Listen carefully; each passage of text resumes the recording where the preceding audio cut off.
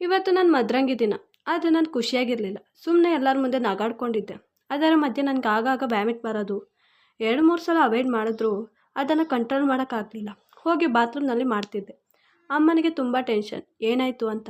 ಆಗ ನಾನು ಹೇಳಿದ್ದೆ, ಏನೋ ನನಗೆ ಫುಡ್ ಹಿಡಿಸ್ಲಿಲ್ಲ ಕಾಣುತ್ತೆ ಅಮ್ಮ ಅಂತ ಸಮಾಧಾನ ಮಾಡಿಸ್ದೆ. ನನ್ನ ಹೆಸರು ರಂಜಿತಾ. ನಾನು ನನ್ನ ಅಪ್ಪ ಅಮ್ಮನಿಗೆ ಒಬ್ಬಳೇ ಮಗಳಾಗಿದ್ದೆ. ನನಗೆ ಒಬ್ಬ ಚಿಕ್ಕ ತಮ್ಮನೂ ಇದ್ದ. ನಾನು ಡಿಗ್ರಿ ತನಕ ಓದಿದ್ದೆ. ಆದರೆ ನನ್ನ ಮೇಲೆ ಯಾವುದೇ ಸ್ಟ್ರಿಕ್ಟ್ ಮಡಗಿರಲಿಲ್ಲ. ಆಗಾಗ ನನ್ನ ಅಮ್ಮ ಬುದ್ಧಿ ಮಾತು ಹೇಳ್ಕೊಡ್ತಾ ಇದ್ರು. ನಾನು ಓದು ಮುಗೀತು, ಜಾಬ್ಗೆ ಅಪ್ಲೈ ಮಾಡ್ತೀನಿ ಅಂತ ಹೇಳಿದಾಗ ಅಪ್ಪ ಬೇಡ, ಬೇಕಾದ್ರೆ ಮದುವೆ ಆದಮೇಲೆ ಮಾಡು ಅಂತ ಹೇಳಿದರು. ನನ್ನ ಅಪ್ಪ ನನಗೆ ಸ್ವಲ್ಪ ದಿನ ನಿಮ್ಮ ಜೊತೆ ಇದ್ದು ಮತ್ತೆ ಮದುವೆ ಆಗ್ತೀನಿ ಅಂತ ಹೇಳಿದ್ದೆ. ಅಪ್ಪ ಅಮ್ಮನಿಗೂ ನನ್ನ ಮದುವೆಗೆ ಅರ್ಜೆಂಟ್ ಇರಲಿಲ್ಲ. ಅಪ್ಪ ನನಗೆ ಡಿಗ್ರಿಲಿ ಒಳ್ಳೆ ಮಾರ್ಕ್ ತೆಗೆದಿದ್ದೀನಿ ಅಂತ ಐಫೋನ್ ಗಿಫ್ಟ್ ಮಾಡಿದರು. ನಾನು ಇನ್ಸ್ಟಾಗ್ರಾಮ್ ಅಕೌಂಟ್ ಮಾಡಿದ್ದೆ. ಅದರಲ್ಲಿ ಯಾರೋ ಗೊತ್ತಿಲ್ಲ ತುಂಬ ಮೆಸೇಜ್ ಮಾಡೋದು, ಫೇಸ್ಬುಕ್ನಲ್ಲಿ ಮೆಸೇಜ್ ಮಾಡೋದು ಮಾಡ್ತಾಯಿದ್ದ. ನಾನು ತುಂಬ ಇಗ್ನೋರ್ ಮಾಡಿದ್ದೆ. ಆದರೆ ಹೇಗೆ ಗೊತ್ತಿಲ್ಲ, ನನ್ನ ಫೋನ್ಗೆ ಕಾಲ್ ಮಾಡೋಕ್ಕೆ ಸ್ಟಾರ್ಟ್ ಮಾಡ್ದೆ. ನನಗೆ ಇಗ್ನೋರ್ ಮಾಡಿ ಮಾಡಿ ಸಾಕಾಗಿ ಕೊನೆಗೆ ಕಾಲ್ ತೆಗೆದು ಹಿಗ್ಗ ಮುಗ್ಗ ಬೈದೆ. ಆ ನಂಬರ್ ಬ್ಲ್ಯಾಕ್ ಲಿಸ್ಟ್ಗೆ ಹಾಕಿದ್ದೆ. ಆದರೆ ಅವನು ಇನ್ನೊಂದು ದಿನ ಬೇರೆ ನಂಬರ್ನಿಂದ ಕಾಲ್ ಮಾಡಲು ಸ್ಟಾರ್ಟ್ ಮಾಡಿದ್ದ. ನಾನು ಹಾಗೆ ಆವಾಗಲೂ ತುಂಬ ಬೈದೆ. ಆದರೆ ಅವನು ದಿನೇ ದಿನೇ ಇದೇ ರೂಢಿ ಮಾಡ್ಕೊಂಡು ಬಿಟ್ಟಿದ್ದ. ಹೀಗೆ ಆಗ್ತಾ ಆಗ್ತಾ ನಮ್ಮಿಬ್ಬರ ಮಧ್ಯೆ ಪ್ರೀತಿ ಆಯಿತು, ಮಾತುಕತೆ ಆಯಿತು, ಮೆಸೇಜ್ ಆಯಿತು. ಆದರೆ ನಾನಾಗಲಿ ಅವನಾಗಲಿ ಇಬ್ಬರು ನೋಡಿರಲಿಲ್ಲ. ಅದಕ್ಕೆ ಅವನು ಒಂದು ದಿನ ನನ್ನ ಮೀಟ್ ಮಾಡಲು ಕರೆದ. ಹಾಗೆ ನಾನು ಹಾಂ ಅಂತ ಹೇಳಿದ್ದೆ. ಆದರೆ ಅವನಿಗೆ ನಾನು ನನ್ನ ಫ್ರೆಂಡ್ ಜೊತೆ ಬರ್ತೀನಿ ಅಂತ ಸುಳ್ಳು ಹೇಳಿದ್ದೆ. ಹಾಗೆ ಅವನು ಹೇಳಿದ ಜಾಗಕ್ಕೆ ಹೋದೆ. ಆದರೆ ಏನಾಯಿತು ಗೊತ್ತಿಲ್ಲ. ಅವನ್ನ ಕಾಯುತ್ತಾ ಅಲ್ಲಿ ಕೂತಿದ್ದೊಂದು ಗೊತ್ತು. ಒಂದು ಪಾಳ್ ಮನೆಯಲ್ಲಿ ಇದ್ದೆ. ಎದ್ದಿದ್ದಾಗ ನಾನು ಅಸಹ್ಯವಾದ ಸ್ಥಿತಿಯಲ್ಲಿದ್ದೆ. ಆದರೆ ನನಗೆ ಯಾರು ಮಾಡಿದ್ದು, ಹೀಗೆ ಹೇಗಾಯಿತು ಏನೂ ಗೊತ್ತಿರಲಿಲ್ಲ. ನಾನು ನನ್ನ ಫ್ರೆಂಡ್ ಮನೆಗೆ ಹೋಗಿ ಬರ್ತೀನಿ ಅಂತ ಹೇಳಿ ಬಂದಿದ್ದೆ ಅಪ್ಪ ಅಮ್ಮನ ಹತ್ರ. ಬೇಗ ಬಟ್ಟೆ ಎಲ್ಲ ಸರಿ ಮಾಡಿಕೊಂಡೆ. ಆದರೆ ಬಟ್ಟೆ ತುಂಬ ಹರಿದಿತ್ತು. ಅಲ್ಲೇ ಸ್ವಲ್ಪ ದೂರ ಶಾಲ್ ಮುಚ್ಕೊಂಡು ಬಂದಾಗ ಬಟ್ಟೆ ಯಾರೋ ಒಣಗಾಕಿದ್ರು. ಅದನ್ನು ಮೆಲ್ಲಗೆ ತೆಗೆದು ಆ ಪಾಲ್ ಮನೆಗೆ ಹೋಗಿ ಮತ್ತೆ ಚೇಂಜ್ ಮಾಡಿಕೊಂಡು ಮನೆಗೆ ಹೋದೆ. ಅಮ್ಮ ಏನಾಯಿತು ಅಂತ ಕೇಳಿದ್ರು. ಇದ್ಯಾರ ಬಟ್ಟೆ ಅಂತ ಕೇಳಿದ್ರು. ಆಗ ಅಮ್ಮ ಅದು ಅಲ್ಲಿ ಟೀ ಕುಡಿತಾ ಇದ್ದೆ, ಟೀ ಚೆಲ್ಲೋಯ್ತು, ಅವ್ರು ಡ್ರೆಸ್ ಕೊಟ್ಟಳು ನನ್ನ ಫ್ರೆಂಡು, ಅದರಿಂದ ಹಾಕ್ಕೊಂಡು ಬಂದೆ ಅಂತ ಹೇಳಿದೆ. ನಾನು ಬರಬೇಕಾದ್ರೆ ಅಲ್ಲಿ ಜಾರಿ ಬಿದ್ದೋದೆ, ಹಾಗೆ ಸ್ವಲ್ಪ ಗಾಯಗಳು ಅಂತ ಹೇಳಿದೆ. ಅಮ್ಮ ಗಾಯಗಳಿಗೆ ಸ್ವಲ್ಪ ಆಯಿಂಟ್ಮೆಂಟ್ ಇಟ್ಟರು. ಅಮ್ಮ ನಾನು ಹೋಗಿ ಮಲ್ಕೋತೀನಿ ಅಂತ ಹೇಳಿ ಹೋಗಿ ಮಲ್ಕೊಂಡೆ. ನನಗೆ ನನ್ನ ಮೇಲೆ ಅಸಹ್ಯ ಆಗ್ತಾಯಿತ್ತು. ನಾನು ಎಂಥ ತಪ್ಪು ಮಾಡಿಬಿಟ್ಟೆ. ನಾನು ನನ್ನೇ ಕೆನ್ನೆಗೆ ಹೊಡ್ಕೋತಿದ್ದೆ. ನಾನು ಮೆಸೇಜ್ ಮಾಡಲು ಕಾಲ್ ಮಾಡಿದೆ. ಆದರೆ ಏನೂ ರೆಸ್ಪಾನ್ಸ್ ಇರಲಿಲ್ಲ. ಸ್ವಿಚ್ ಆಫ್ ಬರ್ತಾಯಿತ್ತು ಅವ್ನ ನಂಬರು. ನನಗೆ ಹೊರಗೆ ಹೇಳೋಕ್ಕೂ ಆಗಲ್ಲ. ಆ ದಿನಗಳಲ್ಲೇ ನನಗೆ ಒಂದು ಒಳ್ಳೆ ಸಂಬಂಧ ಬಂತು.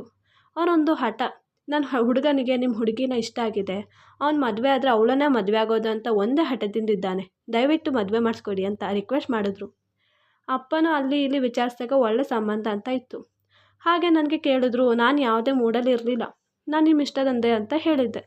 ಮದುವೆ ಒಂದು ತಿಂಗಳಿಗೆ ಮಳಗಿಬಿಟ್ಟಿದ್ರು. ಯಾಕೆ ಅಂತ ಕೇಳಿದಾಗ ಅದು ನಾವಿಬ್ಬರು ಬರೋ ತಿಂಗಳಿಗೆ ನನ್ನ ಮಗಳ ಹತ್ರ ಹೋಗ್ತಾ ಇದ್ದೀವಿ, ಅವಳು ಜರ್ಮನಿಯಲ್ಲಿದ್ದಾಳೆ, ಅವಳು ಪ್ರೆಗ್ನೆಂಟ್, ಹಾಗೆ ಅಂತ. ಇಲ್ಲಿ ಇವನು ಮದುವೆ ಮಾಡಿಸಿ ಇವನು ಹೆಂಡತಿ ಇರ್ತಾರಲ್ಲ, ಹಾಗೆ ಅಪ್ಪನೂ ಆಯಿತು ಅಂತ ಒಪ್ಕೊಂಡ್ರು. ಆದರೆ ಒಂದು ತಿಂಗಳಲ್ಲಿ ನನ್ನ ಮನೇಲಿ ಎಲ್ಲ ತಯಾರಿ ಮಾಡ್ತಾಯಿದ್ರು. ಆದರೆ ನಾನು ರೂಮಲ್ಲೇ ಇರ್ತಾಯಿದ್ದೆ. ಒಂದು ತಿಂಗಳಲ್ಲಿ ನನ್ನ ಬಾಡಿಲಿ ಇಷ್ಟು ಬದಲಾವಣೆ ಆಗುತ್ತೆ ಅಂತ ಅಂದ್ಕೊಂಡಿರಲಿಲ್ಲ. ತಲೆ ಸುತ್ತೋದು, ವ್ಯಾಮಿಟ್ ಮಾಡೋದು ಆಗ್ತಾಯಿತ್ತು. ನಾನು ಗೂಗಲ್ನಲ್ಲಿ ಈ ಸಿಂಟಮ್ಸ್ ಬಗ್ಗೆ ಹೊಡೆದು ನೋಡಿದಾಗ ಅದರಲ್ಲಿ ಇರೋದನ್ನು ಕಂಡು ಗಾಬರಿಯಾದೆ. ಮತ್ತು ಟೆಸ್ಟ್ ಮಾಡಿದಾಗ ನಾನು ಪ್ರೆಗ್ನೆಂಟ್ ಆಗಿದ್ದೆ. ಇನ್ನು 1 ವಾರದಲ್ಲೇ ನನ್ನ ಮದುವೆ. ಆದರೆ ಈ ಸ್ಥಿತಿ ಸೂಸೈಡ್ ಮಾಡ್ಕೊಳ್ಳೋಕ್ಕೂ ಅಂದರೆ ಅಪ್ಪ ಅಮ್ಮನ ಟೆನ್ಷನ್. ಮತ್ತು ಏನು ಮಾಡೋದು ಅಂತ ತಿಳ್ಕೊಂಡು ಹಾಗೆ ಮದುವೆ ಆದೆ. ಆದರೆ ನಾನು ಮೊದಲೇ ತೀರ್ಮಾನ ಮಾಡಿದ್ದೆ, ನಾನು ನನ್ನ ಗಂಡನಿಗೆ ಎಲ್ಲ ನಿಜ ಹೇಳ್ತೀನಿ ಅಂತ. ಹಾಗೆ ಅವ್ರು ಬರುವಾಗ ತುಂಬ ಭಯದಿಂದ ಇದ್ದೆ. ಬಂದು ಅವರು ನನ್ನ ಮುಂದೆ ಕೂತ್ಕೊಂಡ್ರು. ಆಗ ನಾನು ಅಳಲು ಸ್ಟಾರ್ಟ್ ಮಾಡಿದೆ. ಅವರು ಗಾಬರಿ ಯಾಕೆ ಏನಾಯಿತು ಅಂತ ಕೇಳಿದ್ರು. ಆಗ ನಾನು ಇರೋ ಸತ್ಯ ಹೇಳಿಬಿಟ್ಟೆ. ನೀವು ಬೇಕಾದರೆ ನನಗೆ ಡೈವರ್ಸ್ ಕೊಡ್ಬೋದು, ಆದರೆ ನಾನು ಬೇರೆ ಎಲ್ಲರೂ ಹೊರಟೋಗ್ತೀನಿ ಅಂತ ಅಳುತ್ತಾ ಇದ್ದೆ. ಆಗ ಅವರು ನನ್ನ ಸಮಾಧಾನ ಮಾಡಿ, ಆಯಿತು ಬಿಡು, ಇದರಲ್ಲಿ ನಂದು ತಪ್ಪಿದೆ. ಆಗ ನಾನು ಏನು ಅಂದೆ. ಆಗ ಅದು ಇದರಲ್ಲಿ ನಿನ್ನ ತಪ್ಪಿಲ್ಲ, ಈ ಮಗುನ ನನ್ನ ಮಗು ಥರ ನೋಡ್ಕೋತೀನಿ, ಇದೆಲ್ಲ ಮರೆತು ನೀನು ನನ್ನ ಜೊತೆ ಚೆನ್ನಾಗಿರು, ನಾನು ಈ ವಿಷಯದ ಬಗ್ಗೆ ನಿನ್ನ ಜೊತೆ ಯಾವತ್ತೂ ಕೇಳೋದಿಲ್ಲ ಅಂತ ಹೇಳಿದ್ರು. ಹಾಗೆ ನಾನು ಅವನಿಗೆ ತುಂಬ ಸಲ ಥ್ಯಾಂಕ್ಸ್ ಹೇಳಿದೆ. ನನಗೆ ಸಪೋರ್ಟ್ ಮಾಡಿದ್ದಕ್ಕೆ ನಾನು ರಾತ್ರಿಡೀ ಧನ್ಯವಾದ ಹೇಳ್ತಾ ಇದ್ದೆ. ಹಾಗೆ ಅವತ್ತಿಂದ ತುಂಬ ಖುಷಿಯಿಂದ ಇದ್ದೆ. ನಾನು ಮದುವೆ ಆದ 8 ತಿಂಗಳಲ್ಲೇ ಡೆಲಿವರಿ ಆಯಿತು. ಆದರೆ ನನ್ನ ಅತ್ತೆ ಅಲ್ಲಿ ಮಗುನ ನೋಡಿಕೊಂಡು ಜಾಬ್ ಮಾಡೋಕ್ಕೆ ಕಷ್ಟ ಆಗುತ್ತೆ, ಮಗು ದೊಡ್ಡದಾಗೋ ತನಕ ಇಲ್ಲೇ ಇರ್ತೀವಿ ಅಂತ ಹೇಳಿದರು. ಹಾಗೆ ಇಲ್ಲೂ ಯಾರೂ ಹೆಚ್ಚು ಕ್ವಶನ್ ಕೇಳೋಕ್ಕೆ ಯಾರೂ ಇರಲಿಲ್ಲ. ನನಗೆ ಹೆಣ್ಣು ಮಗು ಆಯಿತು. ನನ್ನ ಅಮ್ಮ 3 ತಿಂಗಳ ತನಕ ಚೆನ್ನಾಗಿ ನೋಡಿಕೊಂಡ್ರು. ಮನೆಗೆ ಬಂದೆ. ಆದರೆ ಧ್ರುವ ಯಾವತ್ತೂ ಆ ಮಗುನ ಬೇರೆಯವರ ಮಗು ಥರ ಯಾವತ್ತೂ ನೋಡ್ಕೊಂಡಿರಲಿಲ್ಲ. ತುಂಬ ಚೆನ್ನಾಗಿ ನೋಡ್ಕೋತಿದ್ದ. ಮತ್ತು ಸಿಂಚು ಅಷ್ಟೇ ಅವರನ್ನು ತುಂಬ ಹಚ್ಕೊಂಡಿದ್ಲು. ಹೀಗೆ ಆಗ್ತಾ ಆಗ್ತಾ ಸಿಂಚುಗೆ 4 ವರ್ಷ ಆಯಿತು. ಒಂದಿನ ನನ್ನ ಗಂಡನಿಗೆ ತುಂಬ ಹುಷಾರಿರಲಿಲ್ಲ. ಅವನು ಆಫೀಸ್ಗೆ ರಜೆ ಹಾಕಿದ್ದ. ಮನೇಲಿ ಹಾಲಿರಲಿಲ್ಲ ಮತ್ತು ಅವರಿಗೆ ಬ್ರೆಡ್ಗೆ ಕಾಫಿ ಮಾಡಿಕೊಡ್ಬೇಕಿತ್ತು. ಮಗುಗೂ ಬೇಕಿತ್ತು, ಆದರೆ ಅಂಗಡಿಗೆ ಸ್ವಲ್ಪ ದೂರ ನಡಿಬೇಕಿತ್ತು. ಆದರೆ ಪಾಪು ಮಲಗಿದ್ಲು. ನಾನು ಅವಳು ಮಲಗಿದ್ದಾಳಲ್ಲ, ಹೋಗಿ ಬೇಗ ಹಾಲು ತರೋಣ ಅಂತ ಹೋಗಿ ಬೇಗ ಹೋಗಿ ತಂದೆ. ನಾನು ಗೇಟ್ ತಲುಪಿಸ್ದಷ್ಟೇ ಆಗ ಸಿಂಚು ಅಳೋ ಸೌಂಡು. ತುಂಬ ಕಿರ್ಚಾಡ್ತಿದ್ಲು. ನಾನು ಅಲ್ಲೇ ಹಾಲನ್ನು ಎಸೆದು ಓಡಿ ಹೋದೆ. ನೋಡಿದಾಗ ಸಿಂಚು ಮಂಚದಲ್ಲಿ ಮಲಗಿದ್ಲು. ಅವಳ ಮುಂದೆ ಧ್ರುವ ಇದ್ದ. ನನಗೆ ಹಾಗೆ ನೋಡಿ ಒಂಥರ ಆಯಿತು. ನನಗೆ ಬೇರೆ ಏನೋ ತೋರಿಸಿ ಅದೇ ತೋಚಿದ್ದು. ಯಾರಿಗಾದರೂ ಆ ಸಿಚುವೇಶನ್ನಲ್ಲಿ ಹಾಗೆ ನೋಡಿದಾಗ ಹಾಗೆ ಅನ್ನಿಸೋದು. ಆಗ ನಾನು ಹೋಗಿ ಅವರನ್ನು ಆ ಕಡೆ ತಳ್ಳಿ ಮಗುನ ಎತ್ಕೊಂಡೆ. ನಿಮಗೆ ನಾಚಿಕೆ ಆಗಲ್ವಾ? ಅದು ನಿಮ್ಮ ಮಗಳು ಆಗಿದ್ದರೆ ಹೀಗೆ ಮಾಡ್ತಾಯಿದ್ರಾ? ನಾನು ನಿಮ್ಮನ್ನು ನಂಬಿ ಅವಳನ್ನು ಬಿಟ್ಟು ಹೋಗಿದ್ದೆ ದೊಡ್ಡ ತಪ್ಪಾಯಿತು. ನಾನು ಯೋಚನೆ ಕೂಡ ಮಾಡಬೇಕಿತ್ತು. ಆಗ ಅವನು ತುಂಬ ಹಾಗಲ್ಲ, ಅದು ಹೀಗಲ್ಲ, ಇದು ನನ್ನ ಮಾತು ಕೇಳೇ, ಮೊದಲು ನಾನು ಅವಳಿಗೆ ಅಂತ ವಿವರಣೆ ಹೇಳ್ತಾ ಇದ್ದೆ. ಆಗ ನಾನು ಏನು ಕೇಳಿದೆ, ನೀವೇನು ಹೇಳಬೇಡಿ, ನನ್ನ ಕಣ್ಣಿಗೆ ಎಲ್ಲ ಕಾಣ್ತು. ಮತ್ತು ಇನ್ಮೇಲೆ ನೀವು ನನ್ನ ಜೊತೆ ಆಗಲಿ ನನ್ನ ಮಗಳ ಜೊತೆ ಆಗಲಿ ಮಾತಾಡಬೇಡಿ. ನಾನು ಅಂದ್ಕೊಂಡೆ ನೀವು ಹೇಳಿದ ಹಾಗೆ ಸಿಂಚುನ ತಂದೆ ಥರ ಇರ್ತೀರಿ ಅಂತ. ಆದರೆ ನನಗೆ ಇಲ್ಲಿ ಆ ಸುರಕ್ಷತೆ ಮನೆಯಲ್ಲಿ ಒಂದು ಕ್ಷಣನೂ ಇರೋಕ್ಕಾಗಲ್ಲ, ಇಷ್ಟ ಆಗಲ್ಲ ಅಂತ ಬ್ಯಾಗ್ ಪ್ಯಾಕ್ ಮಾಡಿ ಹೋದೆ. ಆದರೆ ಅವರು ತುಂಬ ಏನೋ ಹೇಳಕ್ಕೆ ಬಂದರು. ಆದರೆ ನಾನು ಕೇಳದೆ ಬಂದೇ ಬಿಟ್ಟೆ ಮನೆಗೆ. 3 ತಿಂಗಳು ಅಲ್ಲೇ ಇದ್ದೆ. ಅವ್ರ ನಂಬರ್ನ ಬ್ಲ್ಯಾಕ್ ಲಿಸ್ಟಲ್ಲಿ ಮಾಡಿಬಿಟ್ಟಿದ್ದೆ. ಎಲ್ಲಿಗೆ ಬಂದರೆ ರಂಪ ಆಗುತ್ತೆ ಅಂತ ಬಂದೇ ಇರಲಿಲ್ಲ. ಅಮ್ಮನೂ ತುಂಬ ಟೆನ್ಷನಲ್ಲಿದ್ದರು. ನಾನು ಯಾವತ್ತೂ ಬಂದು ಇಷ್ಟು ದಿನ ತನಕ ಇರಲೇ ಇರಲಿಲ್ಲ ಈಗ ಅಂತ. ಆದರೆ ನನ್ನ ಅಮ್ಮನಿಗೆ ಏನೂ ಹೇಳಿರಲಿಲ್ಲ, ಹೇಳೋಕ್ಕೂ ಆಗಿಲ್ಲ. ಆದರೆ ನನಗೆ ಗೊತ್ತಿರಲಿಲ್ಲ ಹೀಗೆಲ್ಲ ಆದಮೇಲೆ ನನ್ನ ಜೀವನದಲ್ಲಿ ಮೊದಲಿನ ಎಲ್ಲ ವಿಷಯ ಬರುತ್ತೆ ಅಂತ. ಒಂದು ದಿನ ನನ್ನ ಮೊಬೈಲ್ಗೆ ನನ್ನ ಗಂಡನ ಪಕ್ಕದ ಮನೆಯ ಆಂಟಿದು ಫೋನ್. ಅವರು ತುಂಬ ಗಾಬರಿಯಿಂದ ನಿನ್ನ ಗಂಡ ಬಿದ್ದು ಕಾಲು ಮುರ್ಕೊಂಡಿದ್ದಾನೆ, ಬೇಗ ಬಾ ಅಂತ ಕರೆದ್ರು. ನಾನು ಏನು ಯೋಚನೆ ಮಾಡಿದೆ, ಆಗಲೇ ಓಡಿ ಹೋದೆ. ಆದರೆ ಅಲ್ಲಿ ಧ್ರುವ ಸರಿಯಾಗಿ ಕೂತಿದ್ದ. ನಾನು ಹೋದ ತಕ್ಷಣ ಬಾಗಿಲು ಲಾಕ್ ಮಾಡ್ಕೊಬಿಟ್ಟಿದ್ದ. ನಾನು ಹೋಗಬೇಕು ಬಿಡು, ನಿನಗೆ ನಾಚಿಕೆ ಆಗಲ್ವಾ ಸುಳ್ಳು ಹೇಳೋಕ್ಕೆ ಅಂತ ಹೇಳಿದೆ. ಆಗ ಅವನು, ನೋಡು ರಂಜಿ, ನಾನು ನಿಜ ಹೇಳ್ತಾ ಇರೋದು, ನನ್ನ ಮಾತು ಕೇಳು. ಅದು ಅವಳು ರೀಸರ್ಚ್ ಮಾಡಿಬಿಟ್ಟಿದ್ಲು. ಅವಳನ್ನು ತೊಳೆಸು ಕರ್ಕೊಂಡು ಹೋದಾಗ ಅಲ್ಲಿ ಬಿಸಿ ನೀರು ಇರಲಿಲ್ಲ. ಅದಕ್ಕೆ ಅರ್ಜೆಂಟಲ್ಲಿ ತಣ್ಣೀರು ಹಾಕಿ ತೊಳೆದೆ. ಅದಕ್ಕೆ ಅವಳು ಹಾಗೆ ಅಳ್ತಾ ಇದ್ದದ್ದು.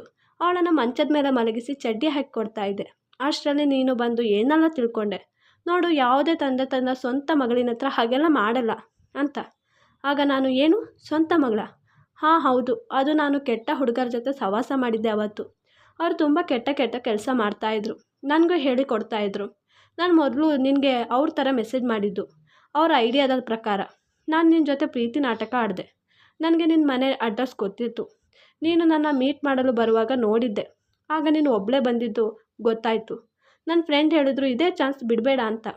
ಅವರೇ ಪ್ಲ್ಯಾನ್ ಮಾಡಿಕೊಟ್ಟಂಗೆ ಮೆಲ್ಲಗೆ ನಿನ್ನ ಪ್ರಾಕ್ನಲ್ಲಿದ್ದಾಗ ಹಿಂದೆಯಿಂದ ಬಂದು ಸ್ಪ್ರೇ ಮಾಡಿದ ಕಶಿಫ್ ನಿನ್ನ ಮುಖಕ್ಕೆ ಹಾಕಿ ನಿನ್ನ ಅಲ್ಲಿ ಬೀಳೋ ಹಾಗೆ ಆದಾಗ ನಿನ್ನ ನನ್ನ ತೋಳಿನ ಮೇಲೆ ಮಲಗಿಸಿ ಮೆಲ್ಲಗೆ ಪಾಳು ಮನೆಗೆ ಕರ್ಕೊಂಡು ಹೋಗಿ ಇದೆಲ್ಲ ಮಾಡಿದೆ. ಬಂದು ಬಿಟ್ಟೆ. ಆದರೆ ನನಗೆ ಇದನ್ನು ಮಾಡಿ ನೆಮ್ಮದಿಯಾಗಿ ನಿದ್ದೆ ಬರಲಿಲ್ಲ. ನನ್ನ ಅಪ್ಪ ಅಮ್ಮನ ಹತ್ರ ನಾನು ಇಷ್ಟಪಡ್ತಾ ಇದ್ದೀನಿ, ನಾನು ಅವಳ ಜೊತೆನೇ ಮದುವೆ ಆಗಬೇಕು ಅಂತ ಹಠ ಹಿಡ್ದೆ. ಅವ್ರು ಬಂದು ಕೇಳಿ ನಿನ್ನ ಒಪ್ಪಿಸಿದ್ದು. ಫಸ್ಟ್ ನೈಟಲ್ಲಿ ಎಲ್ಲ ಹೇಳಬೇಕು ಅಂತ ಇದ್ದೆ, ಆದರೆ ನೀನೇ ಎಲ್ಲ ನಿಜ ಹೇಳಿಬಿಟ್ಟೆ. ನನಗೆ ಆಗ ನೀನು ಇನ್ನೂ ಹೆಚ್ಚು ಇಷ್ಟ ಆದೆ. ನಿನಗೆ ನಿಜ ಹೇಳಿದ್ರೆ ನೀನು ಎಲ್ಲಿ ಬಿಟ್ಟು ಹೋಗ್ತೀಯಾ ಅಂತ ಹೆದರಿ ಹೇಳಲೇ ಇಲ್ಲ. ಅಂದ್ಕೊಂಡೆ ಏನೇ ಆದರೂ ನಿನ್ನ ನಾನು ತುಂಬ ಚೆನ್ನಾಗಿ ನೋಡ್ಕೋತೀನಿ ಅಂತ. ಹಾಗೆ ನಿನ್ನ ಹಾಗೆ ನೋಡಿಕೊಂಡೆ. ಹಾಂ, ನನಗೆ ಗೊತ್ತು ನಿನ್ನ ಜೊತೆ ಹಾಗೆ ಆಗಿದ ಮೇಲೆ ನೀನು ಎಲ್ಲ ವಿಷಯದಲ್ಲೂ ಅದನ್ನೇ ಯೋಚನೆ ಮಾಡ್ತೀಯಾ ಅಂತ. ಆದರೆ ನನ್ನ ನಂಬು, ನನ್ನ ಕ್ಷಮಿಸ್ಬಿಡು ಅಂತ ಕಾಲು ಹಿಡ್ಕೊಂಡು ಕೇಳ್ದ. ನಾನು ನಿಂತಲೇ ಕೇಳಿ ಬೆರಗಾಗ್ಬಿಟ್ಟೆ. ಒಂದು ಸಲ ಕ್ಷಮಿಸ್ಬಾರ್ದು ಅಂತ ಅಂದ್ಕೊಂಡೆ. ಆದರೆ ನನ್ನ ಮಗಳು ಅವನನ್ನು ಹೆಚ್ಚು ಇಷ್ಟಪಟ್ಬಿಟ್ಟಿದ್ಲು. ಆದರೆ ಅವರನ್ನು ನೋಡದೆ ತುಂಬ ವೀಕ್ ಆಗಿಬಿಟ್ಟಿದ್ಲು. ಇದನ್ನು ಯೋಚನೆ ಮಾಡಿ ಮತ್ತು ಅವನ ತಪ್ಪನ್ನು ಪ್ರಾಯಶ್ಚಿತ್ತ ಮಾಡ್ಕೊಳ್ಳಲು ನನ್ನ ಜೊತೆ ಮದುವೆ ಆದ್ನಲ್ಲ ಅಂತ ಅಂದ್ಕೊಂಡು ಅವನನ್ನು ಕ್ಷಮಿಸ್ಬಿಟ್ಟೆ. ಆಗ್ಲಿಂದ ಮನಸ್ಸಲ್ಲಿ ಈ ತಪ್ಪು ಕಲ್ಪನೆ ಹೊಟ್ಟೋಗಿತ್ತು, ಅವನ ಮಗಳಲ್ಲ ಅನ್ನೋ ಮಾತು.